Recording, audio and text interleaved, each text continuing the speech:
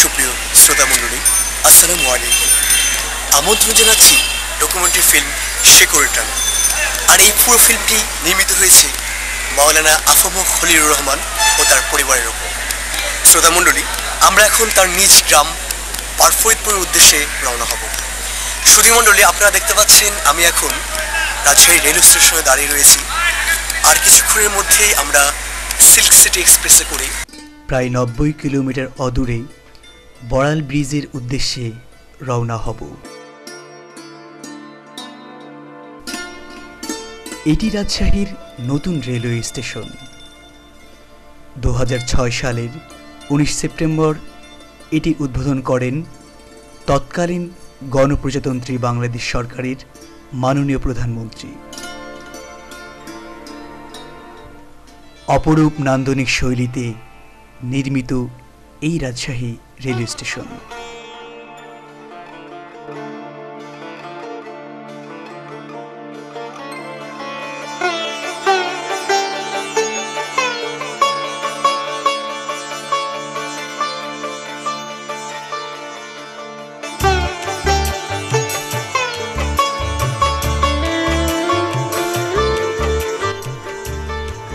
Silk city express ট্রেনটি বাংলাদেশের বর্তমানে সবচেয়ে বিলাসবহুল ও দ্রুতগামী ট্রেন। রাজশাহী থেকে ঢাকা পর্যন্ত এর বিস্তার। আমরা এই পথেই বড়াল ব্রিজে অবতরণ করব।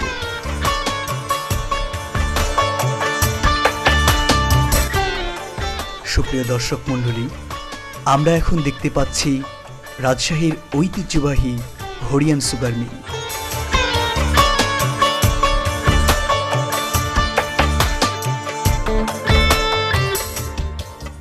প্রাকৃতিক সৌন্দর্যে অলঙ্কিত বিধাতার সৃষ্ট নিয়ামত আমাদেরই বাংলাদেশ, যা এই চিত্রের মাধ্যমে ফুটে তুলেছেন দক্ষ চিত্রগ্রাহক মিনহাজ।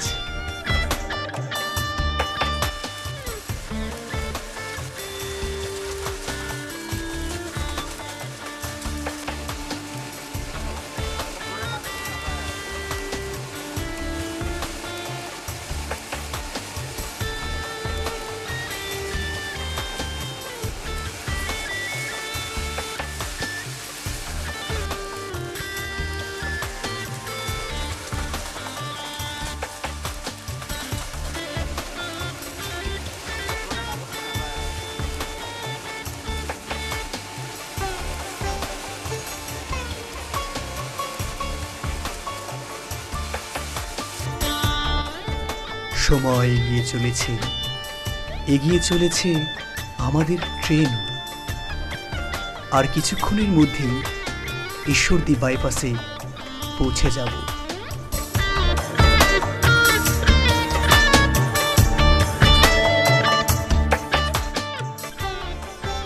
আমরা এখন ঈশ্বরদী বাইপাস স্টেশনে অবস্থান করছি।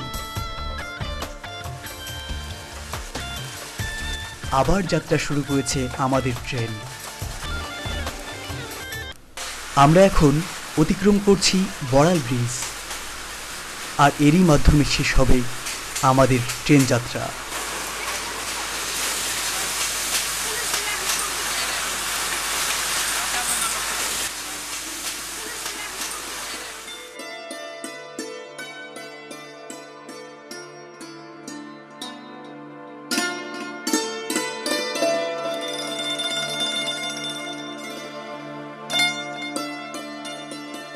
বড়াল ব্রিজ স্টেশনটি ছোট্ট একটি স্টেশন, যেটি পাবনা জেলার ভাগুনা থানায় অবস্থিত।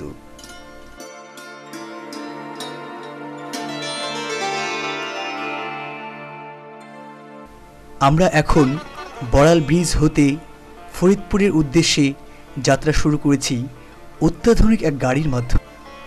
গ্রাম্য ভাষায় একে বলে নসিমন। দেখতে পাচ্ছি বনোয়ারি রাজবাড়ির প্রধান ফটক। রাজবাড়ির চতুর্দিক দিঘি দ্বারা বেষ্টিত, যা এই রাজবাড়ি রক্ষার জন্য খনন করা হয়েছিল।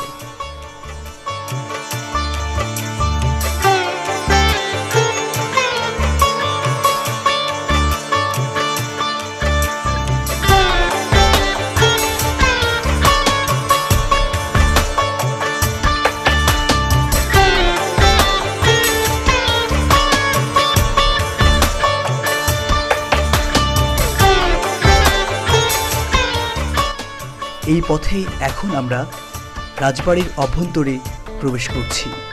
এর মধ্যেই বনোয়ারি নগর পাইলট উচ্চ বালিকা বিদ্যালয় অবস্থিত। এই সেই বিদ্যালয় যার প্রধান শিক্ষক ছিলেন আফম খলিলুর রহমান। 1972 সালে এই বিদ্যালয়টি প্রতিষ্ঠিত হলেও পূর্ণতা লাভের উদ্দেশ্যে 1974 সালে আফম খলিলুর রহমানকে প্রধান শিক্ষক হিসেবে নিয়োগ দেওয়া হয়। বর্তমান প্রধান শিক্ষক জনাব ইসরাইল হোসেনের সাথে কথা বলে জানা যায় তার সম্পর্কে বিভিন্ন তথ্য। সঙ্গে ছিলেন অফিস সহকারী কমলা খাতুন বিউটি, যিনি খলিলুর রহমানের ছাত্রী। মনে আছে 74 সাল, কিন্তু খেয়াল নাই যে কোন মাসে। 1974 হেডমাস্টার হিসেবে ওই সালঙ্গা থেকে এখানে আসে হেডপোর্ট মানে প্রধান শিক্ষক পদে যাবে। না, আমার সাথে ছিল খুবই সুস্থ ছিল। আমার সাথে তো অন্য আমার সাথে তো সে তো একেবারে অত্যন্ত পাংচুয়াল, নিয়ম সম্পর্কে, সময় সম্পর্কে তার অত্যন্ত মানে উনি সজাগ ছিলেন সময় সম্পর্কে। যেমন প্রত্যেক দিন উনি 9:30 আসতেন, এবং রতন যদি 5 মিনিট দেরি করে আসছে সাথে সাথে লাল তেল মিটছে। উনিও তো টিচার ছিলেন? হ্যাঁ, উনিও টিচার। ওকেও খাতির করে, হয়তো তুমি কেন 5 মিনিট দেরি করে আসছো। আর এই যে ধরো স্কুলের যে সমস্ত হিসাব নিকাশ পরিচালনা বা শেখার জন্য এই যে একে যে এই পাশে বসা নিয়ে সব শেখাইত, মানে নিজেদের হাতে কলমে শিখেছে। হাতে কলমে শিখেছে ছোটোর থেকে। ও তো কিছুই জানতো না, চাকরি তো তার সময় হয়েছে। বলছে কি যে বিউটিশন এদিকে আসো, আমার কাছে বসো, কাজ শিখো, আমি মরে গেলে মনে পড়বে, চলে গেলে তোমার মনে পড়বে, কাজ শিখে নাও, আমি থাকবো থাকবো। তার কাগজপত্র এখন রেকর্ড সই, এখন তার হাতের কাজ সব কিছু। মানে একটা আদর্শবাদী প্রধান শিক্ষক ছিল। এত টাইম আবার সেই সময় আমরা মনে করতাম যে কি ব্যাপার, আমরা সবাই চলে যাই, উনি দেরি করে, কিন্তু পরে সবাই চলে যেত, মনে থেকে যেত। মানে তার মানে হলো আমরাও থাকতাম, ওনাও থাকতো, মানে অফিসিয়াল কাজ কামগুলো। দৈনিক কত টাকা আদায় হইতো সেই টাকা একবারে খাতায় তুলে একবারে কমপ্লিট করে তারপরে সব শিক্ষক চলে যায়, আমরা 5টায় গেছি, 9টায় আসছে, 5টায় গেছি।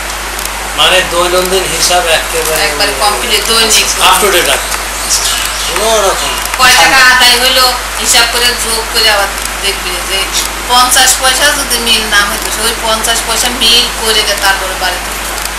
তিনি কি মানে নিজে কোনো সময় ক্লাস নিয়েছেন শ্রেণীর? হ্যাঁ, তিনি ইংলিশ টিচার ছিল। হ্যাঁ, মানে সে 9-10-এ ইংলিশ ক্লাস। মানে তিনি খুব রাগী ছিলেন, মানে কেমন প্রকৃতির মানুষ ছিলেন? না, রাগও ছিল, ঠান্ডাও ছিল। ভালোই বসতো, আমার রাগও করতো। হ্যাঁ, তার মধ্যে তো দুই গুণই ছিল। তোমার মানে গরমও ছিল, নরমও ছিল। মানে এই সমস্ত ব্যাপার স্কুল পরিচালনা করা না। স্কুলের স্টাফ থেকে শুরু করে মানে প্রত্যেকটা ছাত্রছাত্রীকে কীভাবে দেখতেন? না, ওনার আমলে তো আমার স্কুলে একটা বছরও মানে ফাঁক যায় নাই, প্রত্যেকবার স্কলারশিপ পেয়েছে। তার সাথে আপনার কোনো মানে মজার স্মৃতি বা অভিজ্ঞতা, মানে যেটা আপনার এখনো মনে পড়ে, মানে কোনো ঘটনা? অভিজ্ঞতা বলতে ধরো আমার কাছে সবচেয়ে ভালো লাগছে ওনার কাছে যে অফিসিয়াল সম্পর্কে। উনি তো নিজেও খেলতেন না? হ্যাঁ, দৌড় দিত, অনেক বলই খেলতেন, দৌড় দিত। এই যে তখন শিক্ষকের সাথে দৌড় দিত, বাৎসরিক খেলা হতো, তখন উনি আমাদের সঙ্গে দৌড়াতেন। মানে এতে তো একটা উৎসাহ করতো সবার মাঝে। এবং আমাদের কাছে গল্প করতো, বললো যে শীত গ্রীষ্মকাল প্রত্যেক দিন আমি ভোরে আজান দেওয়ার পর পরে আমি গোসল করি এবং এক্সারসাইজ করি। ওর এই কথা আমাদের কাছে শরীর ছিল খুবই সুন্দর, মানে বডি ছিল লোহমান সুন্দর, মানে অসুখ বিসুখ কোনো কিছু মানতো না। মানে বুকটা এত মানে টান ছিল, খুব শক্তিশালী লোক ছিল। এখন ওই যে রতন মরার পর মন ভেঙে গেল, যার জন্য মানে শোক পাইছি, অসুখে মানসিকভাবে মানসিকভাবে মানে দুর্বল হয়ে পড়লো রতনের মনে। তাছাড়া ইনশাল্লাহ ওনাকে আরও কয়েক বছর আমরা রাখতে পারি। আমরাই আগ্রহ করে নিয়ে এসেছিলাম, সেই সলঙ্গা থাকতো, তারপর দেখলাম যে আমাদের নিজেদের লোক থাকতে যেই আমাদের কাছে মুখ ফুটে বলছে যে বাবু দেখো তো এইদিকে আসা যায় কিনা, তারপরে আমরা সাথে সাথে সিদ্ধান্ত। হ্যাঁ মানে তিনি সবার কাছে প্রিয় ছিলেন। হ্যাঁ, এবার বিনা প্রতিদ্বন্দ্বিতা, তার কোনো ইয়ে হয়নি, সত্যি ছিল। ইয়ে হয়নি, তোমার পরীক্ষা হয়নি, উনি এককভাবে সিলেকশন। তার সঙ্গে কন্টেস্ট করার মতো এত দল ছিল, অত পুরাতন প্রধান শিক্ষক, ওনার সারা জীবনটাই গেছে প্রধান শিক্ষক। মানে শিক্ষক হয়ে প্রধান শিক্ষক হয়ে আসছেন এবং প্রধান শিক্ষক হয়ে গেছেন। ওই ব্রিটিশ আমলে হয়তো তার মৃত্যুর সময় আপনি কোথায় ছিলেন? হ্যাঁ, তার মৃত্যুর সময় মৃত্যুর সময় হ্যাঁ আমরা তো ছিলাম। এখানে ছিলেন। হ্যাঁ, মানে কীভাবে মারা গেছেন? রোগী। ওনার ওই যে ডায়াবেটিস একটু ছিল, গ্যাস মেসছিল, আর গ্যাস আর বার্ধক্য বয়সে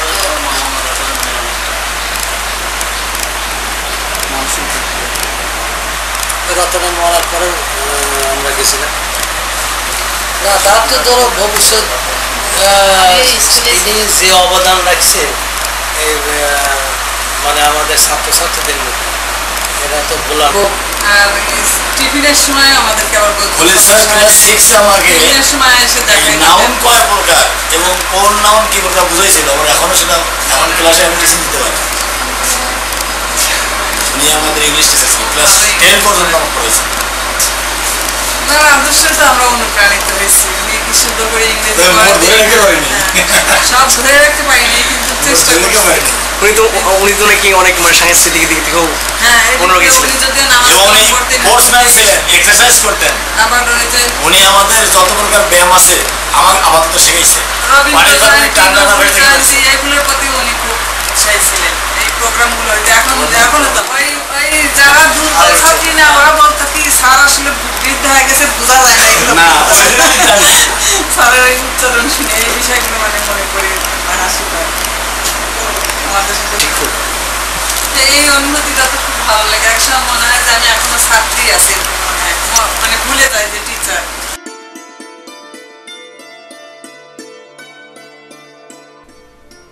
এই স্কুলের প্রতিটি ঘর, আসবাবপত্র, চেয়ার টেবিল আজও স্মৃতি বহন করে তার, আর সাক্ষ্য বহন করে দেয়ালের প্রতিটি ইট।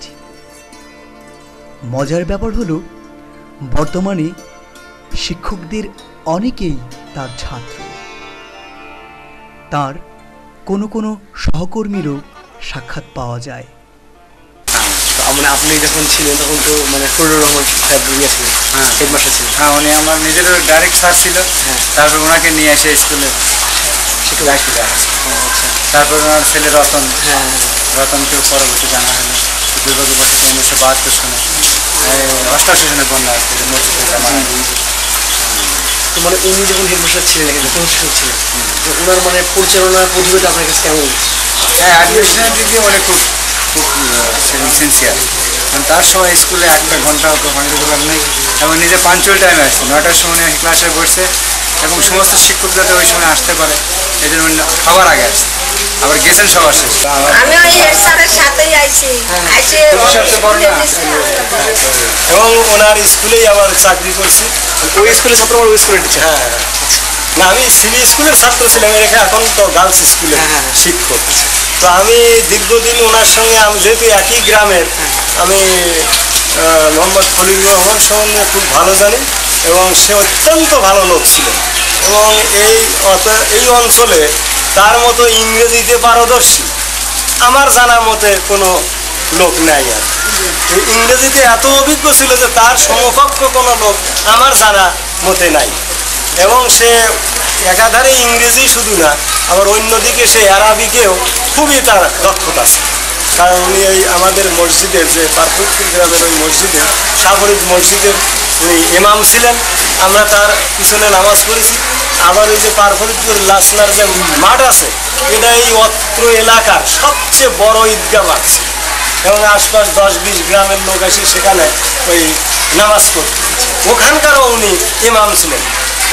2 ঈদ কোরবানি এবং ওই যে ঈদুল ফিতর, এই 2 ঈদের নামাজও উনি আমাদেরকে পড়াইতেন। যার জন্য ওনার সম্পর্কে আপনি তো মানে ওনার বড় ছেলে রতনের। হ্যাঁ, রতনের আমি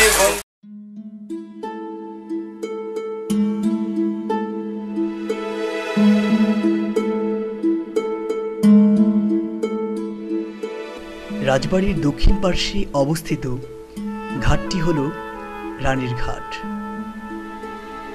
বর্তমানে এই ঘাট সংলগ্ন বাড়িটি উপজেলা নির্বাহী কর্মকর্তার বাসা হিসেবে ব্যবহার হচ্ছে।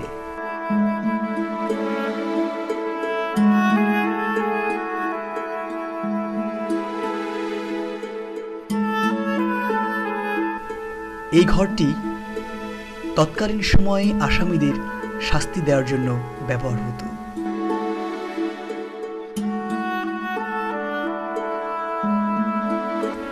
এটি নাট মন্দির, তবে নাট মন্দির হিসেবে পরিচিত হলেও কথিত আছে রাজা এখানে বিভিন্ন নারী নিয়ে গান বাজনা করত। এক কথায় এটাকে জলসা ঘর বলা চলে। রাজা বনোয়ারি রায় এই জলসা ঘরের দোতলায় বিভিন্ন সময়ে বন্ধুদের নিয়ে মদ্যপান ও গান বাজনায় মেতে থাকত। প্রধান ফটক হতে এটি দক্ষিণ প্রান্তে অবস্থিত।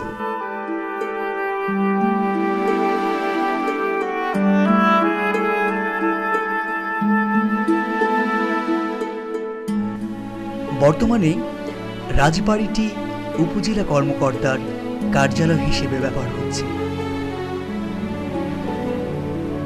চমৎকার সৌন্দর্যে মুখরিত পুরো রাজবাড়িটি।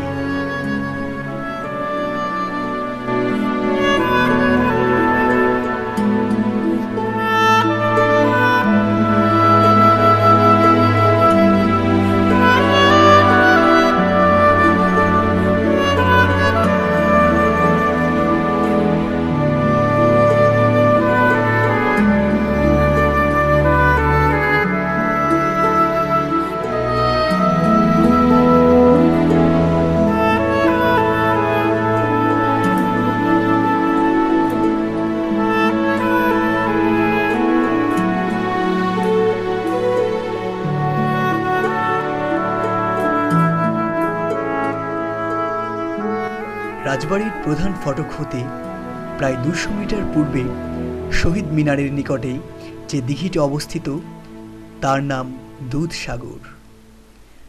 রাজা বনোয়ারি লাল রায় এটি খনন করেন। কথিত আছে স্বপ্নযুগে দেবতার কাছ থেকে তিনি এটি খননের নির্দেশ লাভ করেন।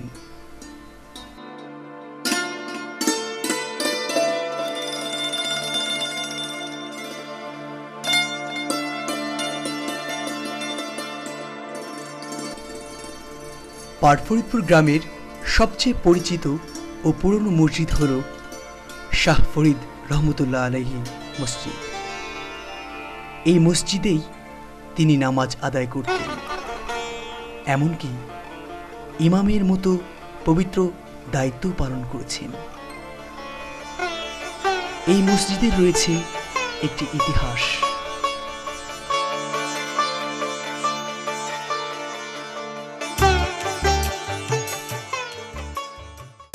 সুপ্রিয় শ্রোতা বন্ধুরা, আপনারা দেখছেন আমি এই মুহূর্তে শাহ ফরিদ রহমতুল্লাহ আলাইহি জামে মসজিদের সামনে দাঁড়িয়ে রয়েছি। আর এখানে অতি ক্ষুদ্র একটি দরজা রয়েছে। আর কথিত আছে লোকমুখে যে এটি প্রায় রাতারাতি আবিষ্কার হয়েছে, তৈরি হয়েছে।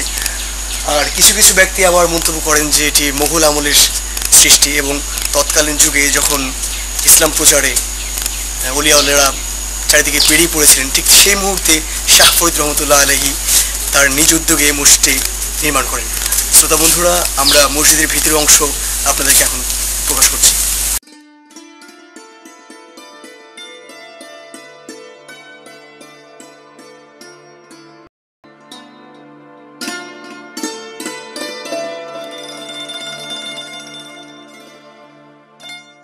কি ছিলেন? সম্পর্ক ছিল মামা ভাগ্না, আমি তাকে মামা ভাগ্না বলতাম, সেও আমাকে মামাই বলতো, যেহেতু সম্পর্ক ছিল মামা ভাগ্না আর কি। এখন তার হলো সম্পর্ক ছোটোবেলা থেকে আর কি, যখন ছাত্র তখন তিনি মাস্টার, এই মডার্ন হাই স্কুলের টিচার। উনি প্রথমে ছিলেন ওই অ্যাকোয়া স্টেটের ইন্সপেক্টর হিসেবে চাকরিতে ঢোকেন, কিন্তু সেটাতে আমার হয়তো ভালো লাগে নাই বা যে কোনো কারণেই সেই চাকরি ছেড়ে দেন। চাকরি ছেড়ে দেওয়ার পরে উনি মাস্টারিতে ঢোকেন। এই মডার্ন হাই স্কুলে তিনি টিচার ছিলেন। আমরা ক্লাস 9-10 যখন ছাত্র তখন বোধহয় উনি শিক্ষক। তারপরে এখান থেকে ওই যে ইয়েটা ওই যে গার্লস স্কুলে হেডমাস্টার এসেছে এবং উনি ওখান থেকে বোধহয় রিটায়ার করেন। তো ওভারঅল তিনি কেমন ধরনের মানুষ ছিলেন? তিনি ছিলেন একজন আলেম কাম জয়েন্ট লাইনের টিচার, বোথ সাইডে। আলেম যেহেতু উনি টাইটেল পদে পাস করেছিলেন কিনা ঠিক বলতে পারবো না, তবে উনি একজন আলেম ছিলেন এবং স্কুলের হেড মাওলানা, হাদিস কোরআন সম্পর্কে তার ভালো অভিজ্ঞতা ছিল এবং সামাজিক হেডমাস্টার গার্লস স্কুলের হেডমাস্টার।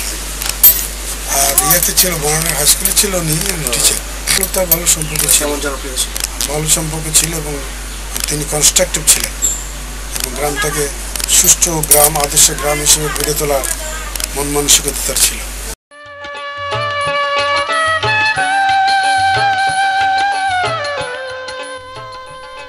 খলিলুর রহমানের পারফরিদপুর গ্রামটি বড়াল ব্রিজ হতে প্রায় 17 কিলোমিটার পূর্বে।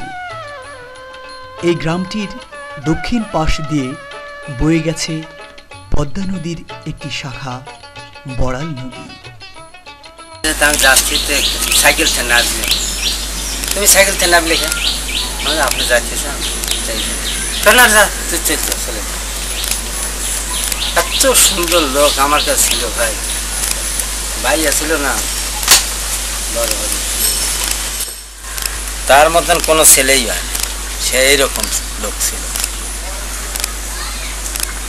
আমি তার ছোট ভাই হিসাবে আমরা সব একই গোষ্ঠী, সেও ভূঁইয়া গোষ্ঠী, আমরা ভূঁইয়া গোষ্ঠী। তো সে ছিল অন্যরকম। স্কুলে যখন মাস্টার হেডমাস্টার ছিল তখন তার মতন মাস্টার আর এই দুনিয়ায় এই জগতে নাই, সে সেই রকম মাস্টার ছিল। একটা পয়সা মানুষের ভর্তি করতে পয়সা নেয় নাই, এখন আনে হেডমাস্টাররা পয়সা ছাড়া নেয় না, তাই না? সে তা নাই। আমি খালি বাইক করলাম একদিন যে ভাই একটা ছাড়া মাস্টার লাগে, কে রে কাক রে, কাজে আমাকে নামটা কিছু না। তো আচ্ছা ঠিক আছে, জানলে যাই তো ভর্তি হয়ে গেছে, আর কার কথা শুনবে এইরকম সে, তার কথা বলিয়া শেষ নাই, সে এরকম সৎ ছিল। আপনার ঘনিষ্ঠতা কেমন ছিল? ঘনিষ্ঠতা ভালো, আপন ভাইয়ের মতন থাকিছে। আমার আব্বা বাঁচতে করছে তো আব্বা খুব ভালোবাসছে। আমার আব্বা যেরকম ধরনের লোক ছিল সেও সেইরকম ধরনের, মসজিদে ইমামতি করছে কিন্তু পয়সা নেয়। তার হাঁটাটাই আমার চোখের সামনে সবসময় ভাসে, তা জানিস কি সুন্দর হাঁটতে, ছোট ছাড়া যেরকম করে হাঁটে না, না মুক্তার চাল যাচ্ছে না, হ্যাঁ দিলে তার প্রশংসার সীমা নাই, সেই রকম ধরনের লোক। বেটা মূল্যে তার আগে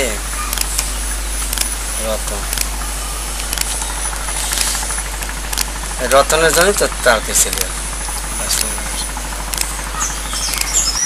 রতন একটা ছাওয়ালা ছিল, সব ছাওয়ালের সাথে better best, good better best না, লাস্টে সে বেস্ট। ওর বাপ যেরকম ছিল ও ঠিক সেরকম ছিল। তার ফুটবল প্লেয়ার ছিল এই ক্লাস, ফুটবল প্লেয়ারের মাস্টার। তার কথা বলে শেষ নেই ভাই। বেঁচে থাকো, দোয়া করি। সে আজ পর্যন্ত কই পারবি তার বউ বা তার ছাওয়াল পাল কই পারবি যে স্বপ্নে তার কাছে আইছে? আসবে না সে কোনো। তার কামাই সে করে নিয়ে গেছে, বুঝছো? তার কামাই সে করে নিয়ে গেছে। সে তোমার কাছে আসবে না যে আমার জন্য একটু দোয়া করিও, কি আমার জন্য কি খাই খেলাত কেউ, তা করি না। সেইরকম ধরনের লোক। তার মতন পবিত্র লোক আমি সামনে কোনো লোকে কি দেখি। জোর গলায় কব, যে বেটা শালা কবি যে না এই ছিল, আমি তার মুহি পে দেবো লাথি। তোমার নানার কথা তুমি আর কি, শিক্ষক হিসাবে সে বেস্ট, রাস্তায় চলাফেরা করতে সে বেস্ট। তা সে এদিক ওদিক তাকাইতে না, কার সঙ্গে দিতে না, হামু দিয়ে যাইতে হামু দিয়ে আসতে। দেখতো আমি কথা কইতেছি, খালি জোর করে কইতেছি, আমার মুহির দিক তাকা দেখতেছি না সে কিরকম লোক ছিল। আমি তার কথা যেই কইছি তখন তো আমার আত্মা ফেটে যাচ্ছে।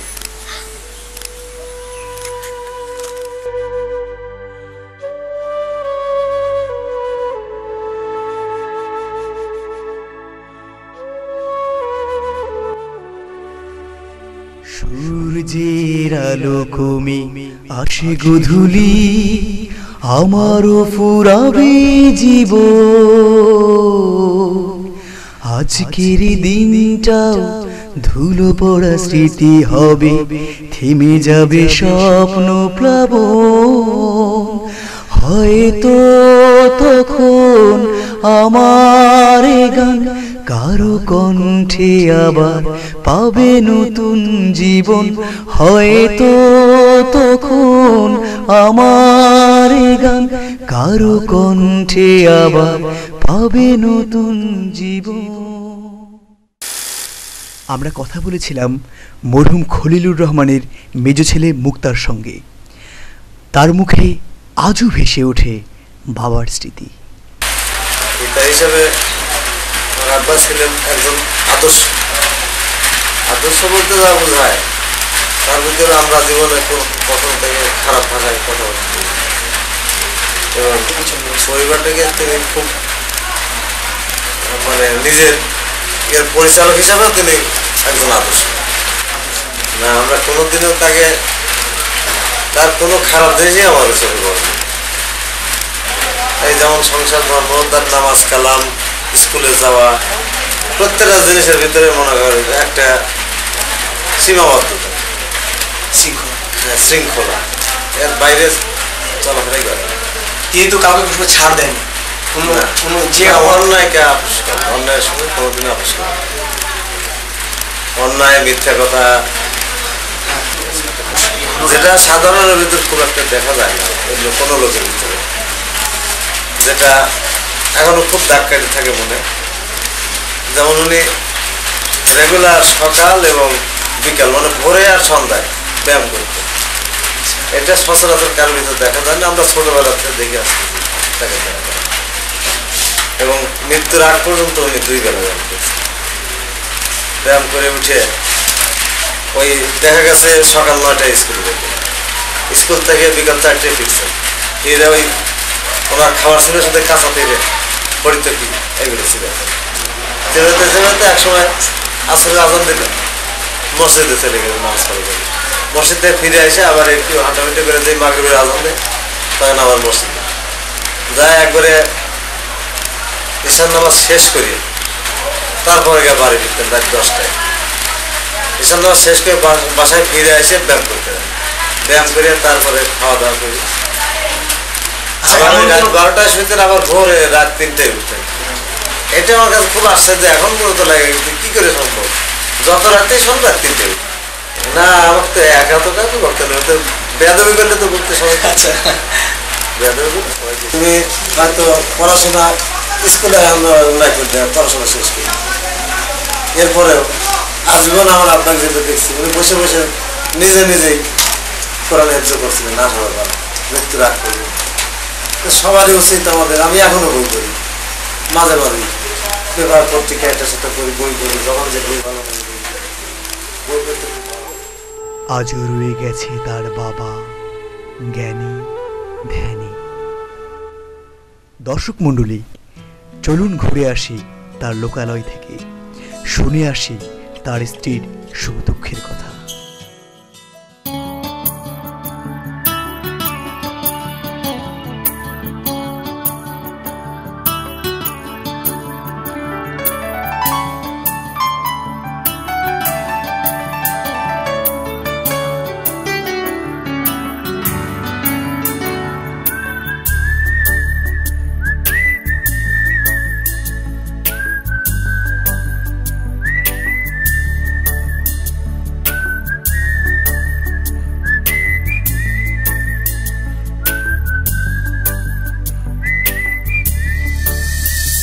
আজ থেকে 1000 শীত বসন্ত শেষে এই পথে যদি আসি আবার।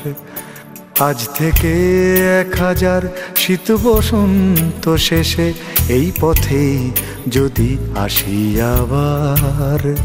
সঙ্গে সেই স্মৃতিভার রংচটা সেই গিটার, সঙ্গে সেই স্মৃতিভার রংচটা সেই গিটার, সেই অহংকার আগুন সেই জোয়ার। হয়তো সব থাকবে সেই আগেকার মতোই, পাবো কি দেখার রাজশ্রী তোমার। আজ থেকে 1000 শীত বসন্ত শেষে এই পথে যদি আসি আবার।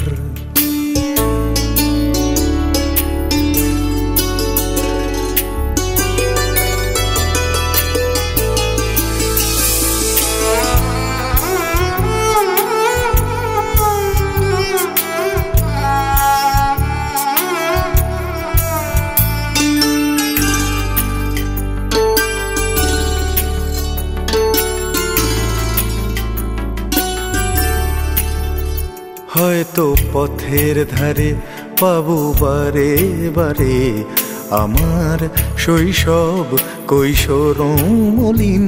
হয়তো পথের ধারে, হয়তো পথের ধারে পাবো বারে বারে আমার শৈশব কৈশোর মলিন। পাবো মায়ের আঁচল, প্রিয়া বধূর কাজল, অগভীর ধানসিঁড়ির দিন প্রতিদিন।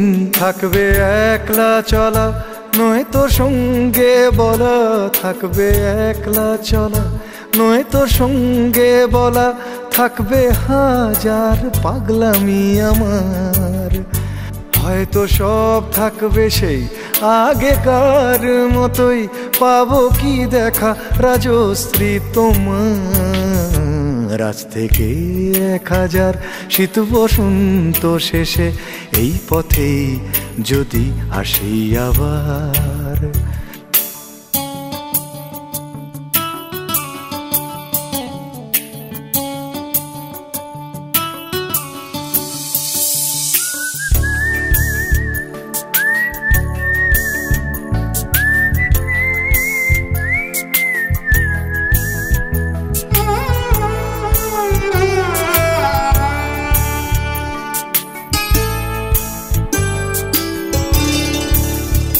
হয়তো সন্ধ্যা এসে প্রকৃতির আদেশে নিথর কৃষ্ণ নীল রং ছড়াবে।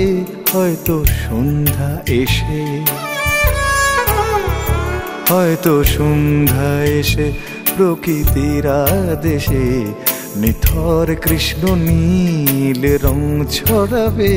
ঘর ভোলা এক পাখি থামিয়ে ডাকা ডাকি, হঠাৎ স্তব্ধতার গান শোনাবে। ফিরবো সেই পথেই আবার, সঙ্গে 7 সাগর বাঁধার। ফিরবো সেই পথেই আবার, সঙ্গে 7 সাগর বাঁধার, সঙ্গে সেই স্থির মন ঢেউ গোনার। হয়তো সব থাকবে সেই আগেকার মতোই, পাবো কি দেখা রাজশ্রী তোমার। আজ থেকে 1000 শীত বসন্ত শেষে এই পথেই যদি আসি আবার। আজ থেকে 1000 শীত বসন্ত শেষে এই পথে যদি আসি আবার, সঙ্গে সেই স্মৃতিভার রংচটা সেই গিটার, সঙ্গে সেই স্মৃতিভার রংচটা সেই গিটার, সেই অহংকার আগুন সেই জোয়ার, হয়তো সব থাকবে সেই আগেকার মতোই, পাবো কি দেখা রাজশ্রী তোমার। আজ থেকে 1000 শীত বসন্ত শেষে এই পথেই যদি আসি আবার, আজ থেকে 1000 শীত বসন্ত শেষে এই পথেই যদি আসি আবার।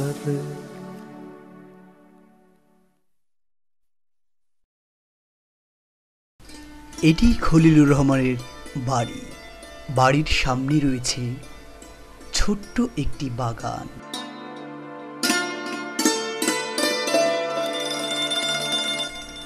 এখানেই তিনি শেষ নিঃশ্বাস ত্যাগ করেন। পুরো বাড়িটি 1 বিঘা জমির ওপর অবস্থিত। বাড়ির ভেতরে চারদিকে 4টি ঘর, পূর্ব পশ্চিমে বড় 2টি ঘর, দক্ষিণে রয়েছে তার বড় ছেলে মৃত রতনের ঘর,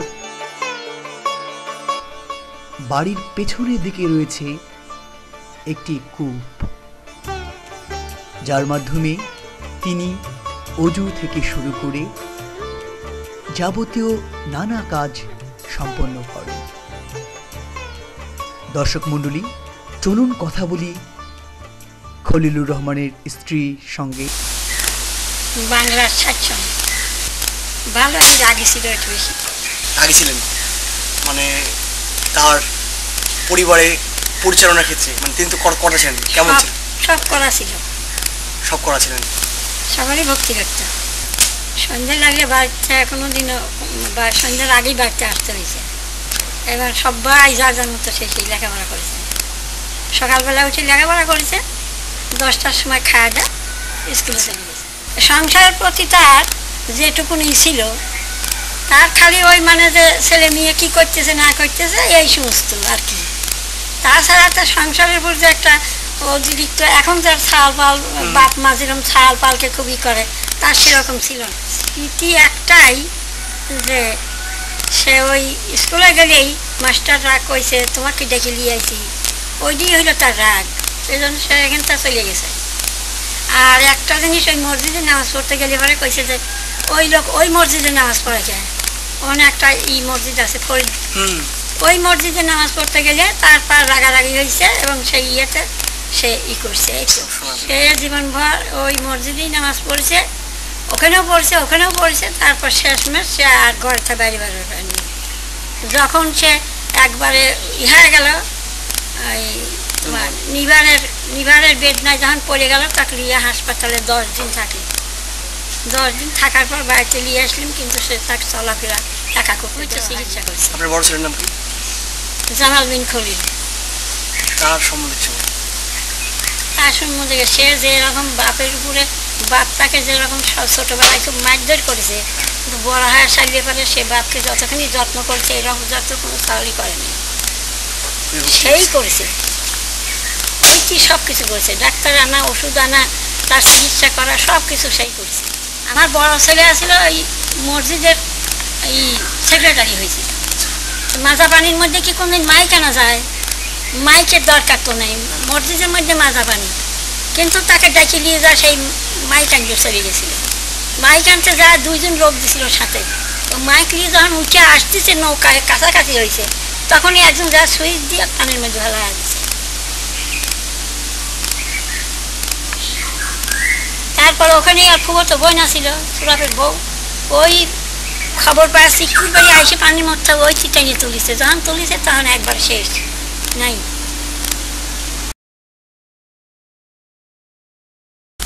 এখানে আসছি যখন মেজো ছেলে 3 বছর বয়স, 2 বছর 2.5 বছর বয়স, সেই সময় আসছি এই বাড়িতে।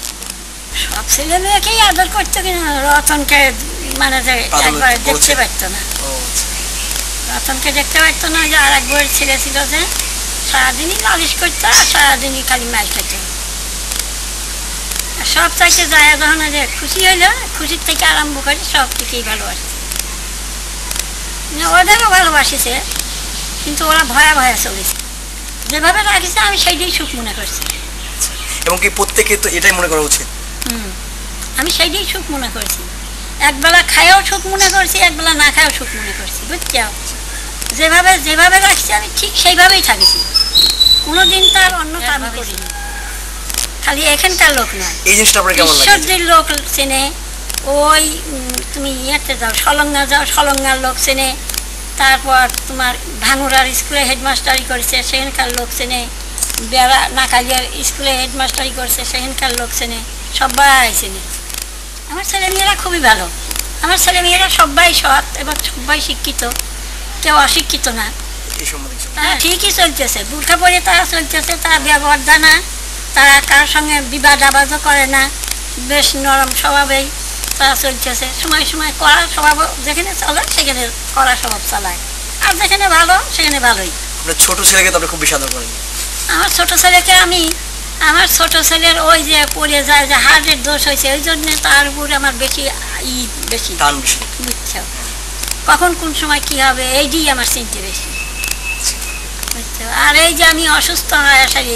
তো আপনি হঠাৎ করে আবার এখানে ফিরে আসেন কেন? এই বাড়িতে আবার এত বয়স হয়ে গেছে তাও। শোনো, এই বাড়িতে আসছি আমি কি কারণে জানো? ওই সুলেখার ওখানে টিনের চাল, ওর কোনো নিচে কোনো তালাই টালাই কিচ্ছু নাই, এত গরম যে গরমে চোখ মুখ পুড়ে উঠে, ঘরের ভিতর ঢোকা যায় না। এই বাড়ির প্রতি আপনার প্রচুর একটা টান আছে না, একটা মমতা আছে? মমতাও আছে, মায়াও আছে। আর এই বাড়িতে আইসে যে রকম ঠান্ডা আমি পাইছি, আমি গামছা ভিজে মাথায় লইনি। খুশি সুলেখার বাসাতে আমি আসেন নামাজ পর্যন্ত ভিজা গামছা মাথার পর করে বসে থাকছি।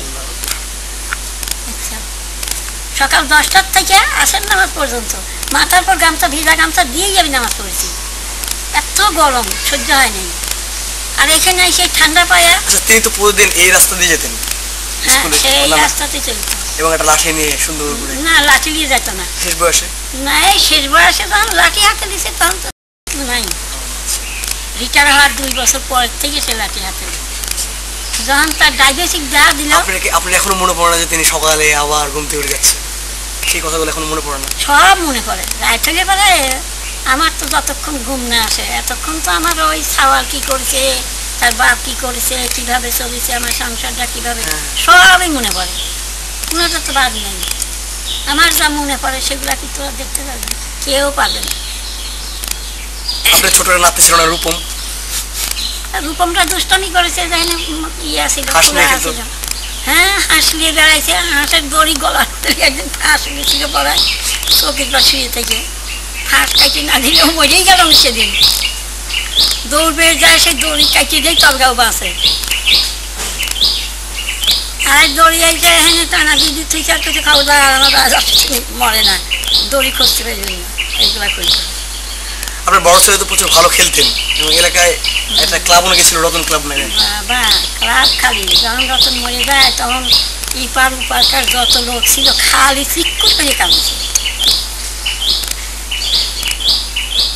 তিনি তো তার অনেকে বললেন যে একমাত্র ছেলে ছিল যার ওর বাপের মতো।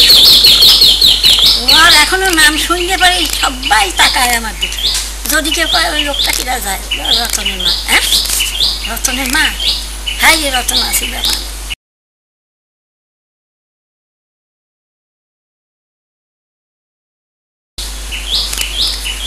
এই গ্রামে যতদিন এই ও বড় হয়ে সাইলে যতদিন এই দরবার বসছে, এই দরবারে রতনকে না হলে দরবার হয়নি, মীমাংসা হয়নি। রতন সমস্ত কথা দিয়ে দিয়ে বেশ করে বুঝায় বুঝায় বুঝায় বুঝায় মীমাংসা করে দিচ্ছে। এই জন্যই তো সেখানে সরকারের রাগ যে তোর মরা লাশের কাছে বসে একটা পড়া মানে কি জানা। আপনার ছেলে মেয়েরা যখন একবার পিছিয়ে পিছিয়ে ছিল, মানে খুশি, আলপনা, আন্না, কখন পিছিয়ে যখন ছিল, কিভাবে তাদেরকে লালন পালন করতেন? তা উপরে শুয়ে থাকে, স্কুলে গেছে বোরকা পরে স্কুলের মানে হ্যাঁ এইসব মানে নামাজ পড়া মানে ধর্মীয় ব্যাপার, এই ব্যাপারগুলো তো নানা কিভাবে ইয়ে করছে। মসজিদে দিছে, মসজিদে ছিল এক ঢাকার থেকে এক হুজুর আসছিল, সে পড়াইছে। তারপরে যে তোমার কি নাম ছেলেমেয়েরা স্কুলে গেছে, স্কুল থেকে এসে ঘরে উঠেছে, ঘরে উঠে পড়াশোনা করছে, কোনো দিনও বাড়ির বাইরে যায় নাই, কার সঙ্গে যায় নাই। তাহলে তাদের বাবাকে তো খুব বেশি ভয় করতো, বাবার মানে একটা কথা অন্য হতো। ও যদি গলার কাশ পাইছে ছেলে নিয়ে সব নীরব হয়, যতই কেন ই করুক সব চুপচাপ থাকে।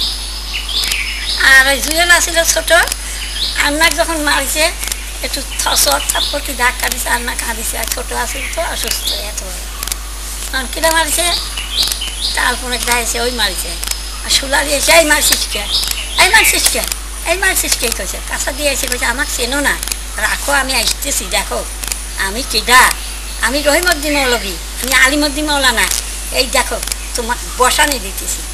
ওরা ঠিক করে হাসিছে, আর গোল হা বসতে কইছে আয় সব চার বোন চার মুড়ে বইছে, মসজিদটা বসে কি খাই ভাই কইছে, ওরা মনে করে এই তা মিলাদ পড়াতেছে আমার ভাই, ও শুনেছি বেশ খুব আদর করছে। আমি সকল এখন দোয়া করি, আমি 5 ওয়াক্ত নামাজ পড়ি, 5 বার যখন মুনাজাত করি, সব সওয়াল নিয়ে সবার জন্য নাতি নাচ করে সবার জন্য দোয়া করি, বিপদ আপদ রোগ বালাই সব যেন টাকা যেন শুতে না পারে, এই জন্য আমি সব সময় জন্য দোয়া করি।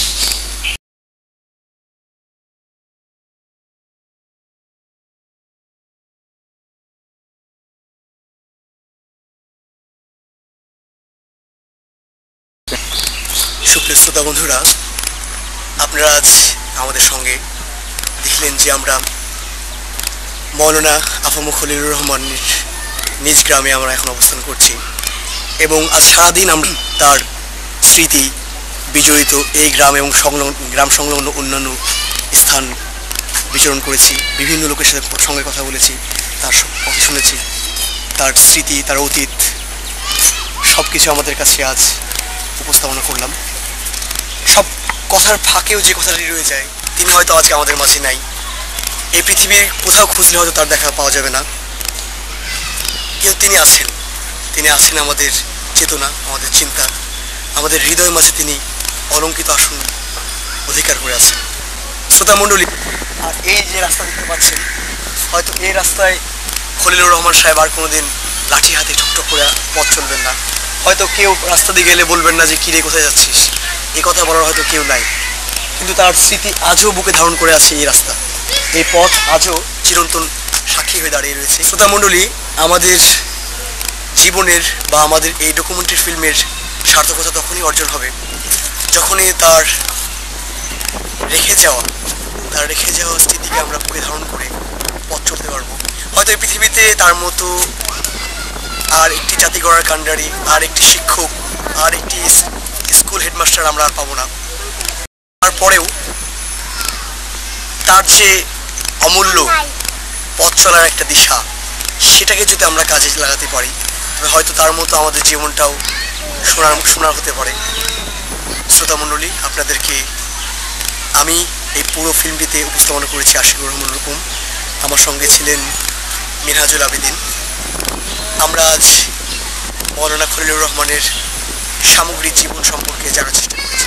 সুপ্রিয় শ্রোতা মণ্ডলী, আপনাদেরকে সকলকে সার্বিক জীবনের কল্যাণ কামনা করে আজকের মতো এখানে বিদায় নিচ্ছি।